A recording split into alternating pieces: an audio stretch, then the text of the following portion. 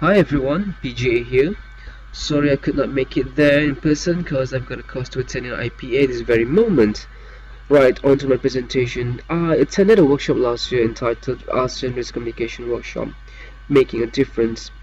That was held between 2nd and 4th December 2014. The workshop was held at the Institute Pengurusan Kesihatan Kementerian Kesihatan, KL, Malaysia.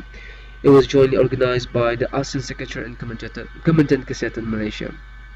Basically, there were 6 main plenaries covered during the 3-day course. That is, what risk communication is all about, what are we now, where are we now with risk communication, number 3, bridging the gap between risk assessment and risk communication, number 4, rapid response risk assessment for all hazards acute events, number 5, message mapping, and number 6, best practices for media release. And on the last day, I got to visit the Crisis Preparedness and Response Center, which is my favorite part of the 3-day course. Plenary 1 is talking about risk communications, what I learned during that plenary. Firstly, why is there an increased interest on risk communication, or RC?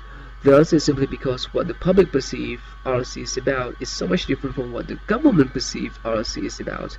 Example, the public demand for transparent information on times of crisis and demand for immediate action, whereas the government tends to stick to good governance and sees that the public has unrealistic demand for risk reductions. Now, what is risk communication really? By definition, it is an open two-way exchange of information and opinions about risk that leads to better understanding and better risk management decisions by all involved. It is also an ever-changing type of communication depending on the risk or crisis. We also learn about the principles for an effective risk communication. To summarize this particular plenary on this issue, let's put it this way. Effective risk communication requires us to share responsibilities. We need to establish expertise in risk communication. As always, we need to know who our audience are. We need to involve scientific experts, be a credible source for information, and transparency is definitely a must. We need to have empathy and sincerity, and lastly is to put risk into perspective.